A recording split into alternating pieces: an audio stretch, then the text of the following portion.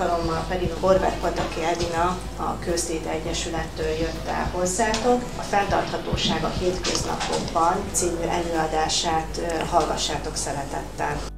Iskolánk a kezdettől fogva részt vesz a fenntarthatósági témahéten, az idei év külön kiemelt, hiszen 10. alkalommal kerül megrendezésre. Van, aki esetleg éli-e úgy a mindennapjait vagy a család, hogy környezettudatosan próbál élni, mondjuk szelektív hulladékgyűjtéssel, vagy hogy kifejezetten nem autóval jár iskolába, hanem gyalog.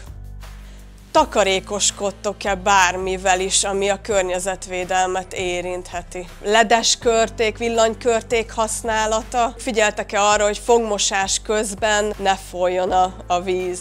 30 éve téma, hogy nem jó felé vettük az irányt, és a pazarlás, a fogyasztói társadalom az elvezetett minket egy olyan szintre, aminek egyelőre nem tudjuk, hogy mi lesz a vége. És hát az a helyzet, hogy pont ti vagytok azok a korosztály, akik ezen tudnak változtatni. Akár a műanyag zacskók, a szívószálak, ez egy nem járható út, hiszen lehet is látni, hogy tele vannak az utcák szeméttel, tele van a hulladéklerakó. Attól, hogy mi kidobjuk a kukába, és a kukás autó elviszi, attól az nem fog eltűnni, az csak egy másik helyre fog kerülni. Hol tudok helyi élelmiszert venni, ami helyben megtermelt? Gondolkodj globálisan, cselekedj lokálisan. Gyakorlatilag a saját életterünkben, a saját közösségünkben, a saját lakókörnyezetünkben tudunk a legtöbbet tenni a környezetvédelemért és a fenntarthatóságért is.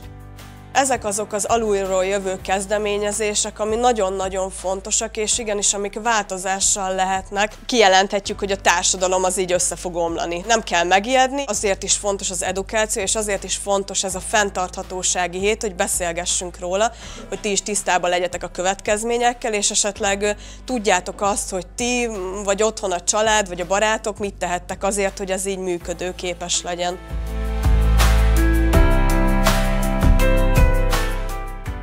Ki az, aki tudja, hogy mi az a böjt?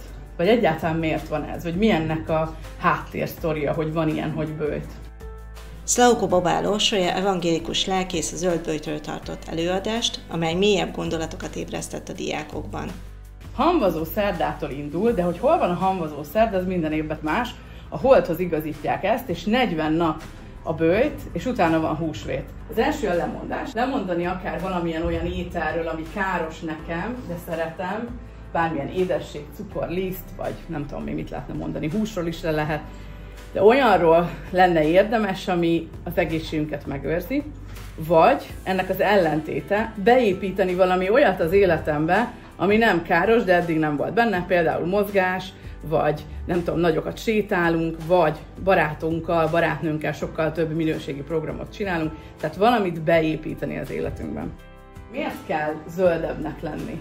Zöldebb nagyböjtért, de nem csak a nagyböjtért kellene zöldebbnek lennünk, hanem összességében azért, hogy fenntarthatósági szempontból a Föld fennmaradjon jó sokáig. És akkor van 5 ilyen kis alapelvünk, ezeken fogunk végigmenni. Takarékoskodj az energiával, vásárolj tudatosan, tölts több időt a természetben, táplálkozz egészségesen, és tekints magadra teremtményként, mint aki Isten vendége a Földön. A hét eseményei nem csak színesítették iskolai életünket, hanem mélyebb gondolatokra is sarkaltak minket a hulladékkezelés és környezetvédelem témakörében. A jövőre nézve iskolánk továbbra is csatlakozik a fenntarthatósági témai héthez és a zöld kezdeményezésekhez.